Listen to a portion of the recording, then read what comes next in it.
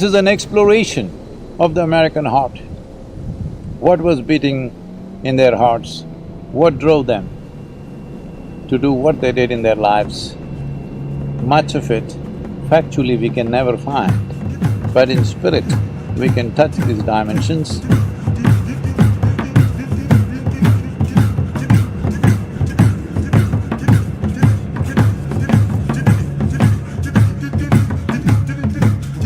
I'm from the Umatilla tribe.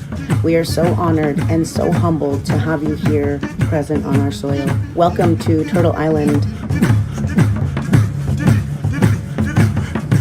I could see his spirit. It's very strong. The world awaits Sadhguru's next move, and ladies and gentlemen, he's off and he's gone. Sadhguru, ladies and gentlemen, Sadhguru, Sadhguru. There is a lot that modern societies need to pick up from ancient societies. Beautiful words. Touch my heart. Thank you very much.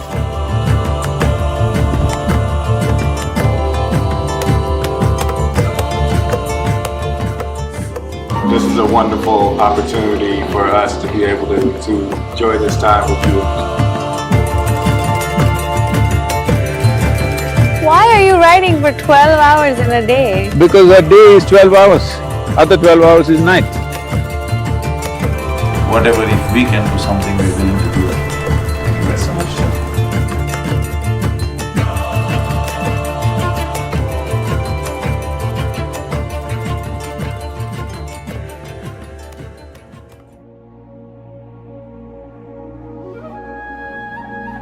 There are still many aspects of this nation, this land, these people. We are seeing how to look at bringing out the dimensions which are hidden from the eyes of a tourist brochure. So this is an exploration of the American heart. Let's see what we discover. Let's see what exciting things we encounter and what amazing sights we definitely bound to have.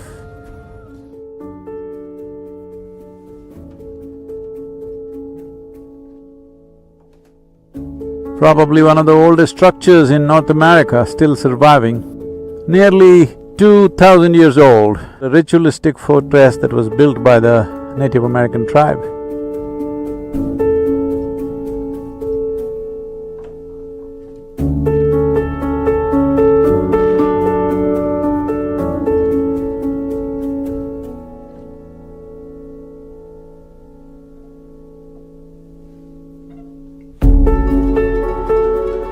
The Native Americans who built mounds for various purposes, built cities along the Mississippi banks.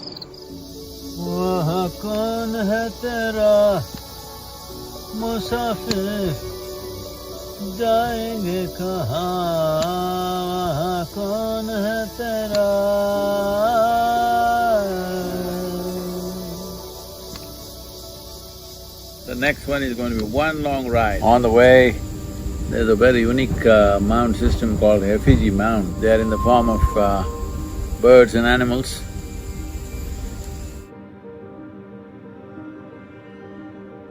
Evening, after the effigy mounds, we rested there for a couple of hours and started off just before midnight, back to old ways.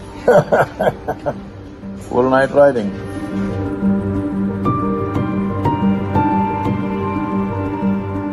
This is the American buffalo. In many ways, it's the buffalo migrations which determined the Lakota life. Killing of the buffalo was a part of the strategy to starve the Lakota nation, and it worked, unfortunately. We will be going west towards Black Hills in the next couple of days, and we will be exploring this possibility of who they were, their spiritual process. They had very elaborate systems of rituals. We will explore these dimensions.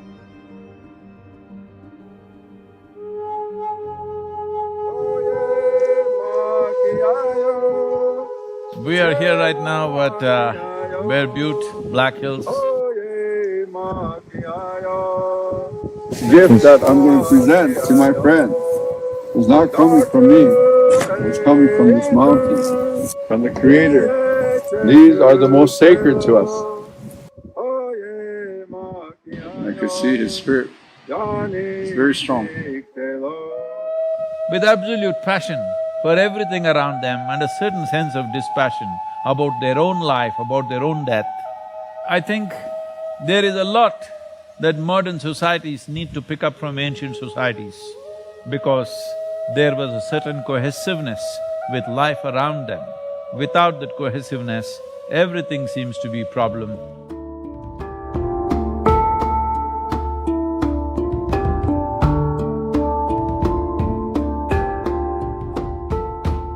We have a long way to come, Native Americans, to heal ourselves.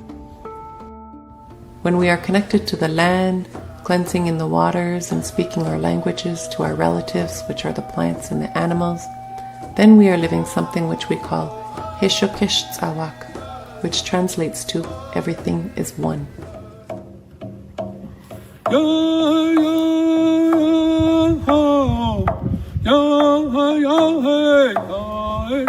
People are talking about ecology as a science. That way it'll never work. Ecology should become our heart, as it was for the indigenous people here. Their heart was land. That is one dimension that we really want to present to the world. That's the reason why I'm meeting all Native American leaders, medicine men and others, so that they express themselves clearly and their message is not of the past, it is most relevant for the future.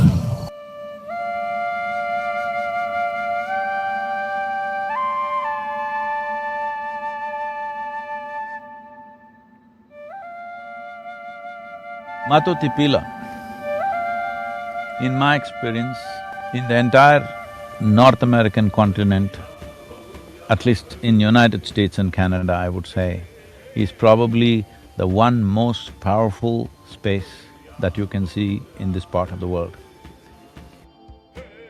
Tab, you are a singer, you must spend minimum 3 days at this Matotipila, especially on the full moon night. I'm telling you, you will realize something tremendously powerful.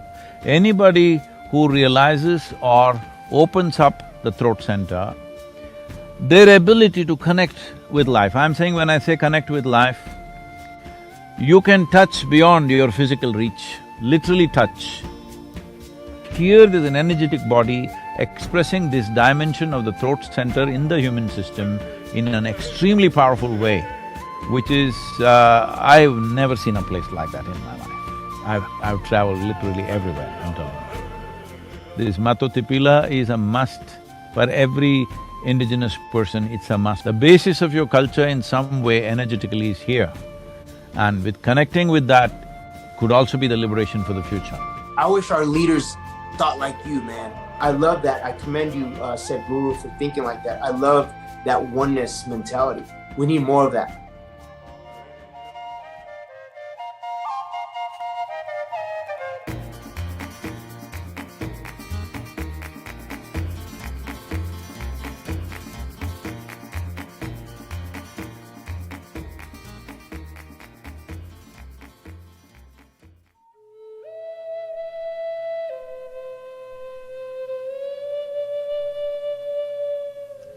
So here we are at Bryce Canyon, most incredible formations.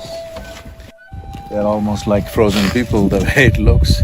Definitely the important thing is people lived here for 10 to 12,000 years without disturbing anything, without pulling down anything. That is the significance.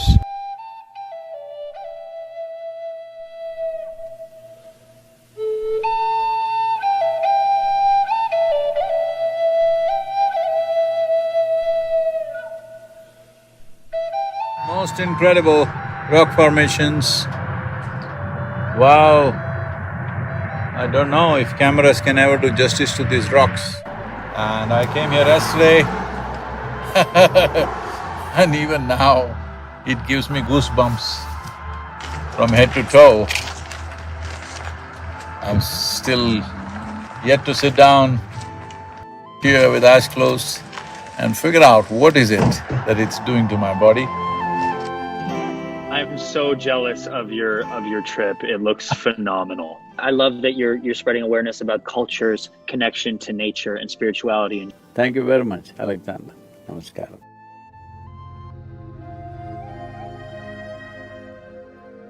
These tremendous structures of nature for millennia has been an inspiration for the Hopi, for their explorations, for them to come and wonder about the nature of the Creator. If you're in this valley, even now I'm saying, if you stay in this valley for a few weeks all by yourself, the very energy and the tremendous power that these rock structures exude would leave you in some way transformed.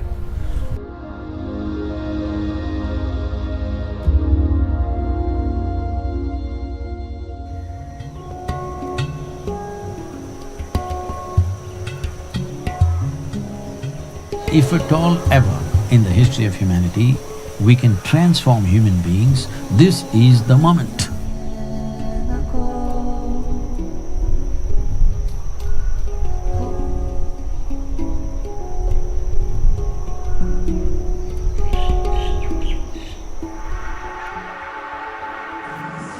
Initially I thought it's the rocks, but it's the very space, and it's so sensitive to human presence, and I'm sure those natives who are sensitive to this dimension would definitely say there are spirits working upon them, which they're not very wrong in a way. It's the spirit of the earth, but there's a phenomenal amount of energy flow.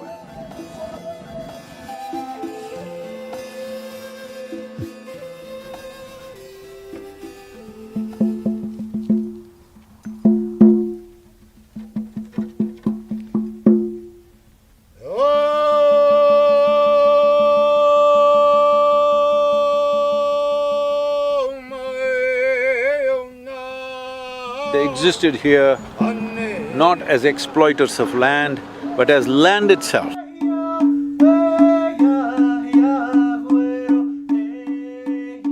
Meeting, conversing, understanding, and above all, projecting the image of Native American people in a positive and relevant way to the rest of the world.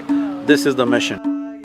We've been utilizing yoga as a tool for healing. It was gifted to us from the people of the East, and it was written in our prophecies that we would receive this gift. Yoga is helping us to heal at the cellular level. Our people are on a journey to reclaiming their bodies and minds, and this is a practice that we are honored and blessed to be able to utilize today. I've been deeply touched by the way the indigenous people in North America have lived, their sensitivity towards earth. These things are very important for me, and also because what they have gone through in the last few centuries, these have a very deep and profound place in my heart. In whichever way we can help you and your people, we are most willing to do that. As you should know by now, we are also offering the inner engineering program in a special offer for all the indigenous people in this country. Please, in whichever way you can make use of it, please do that.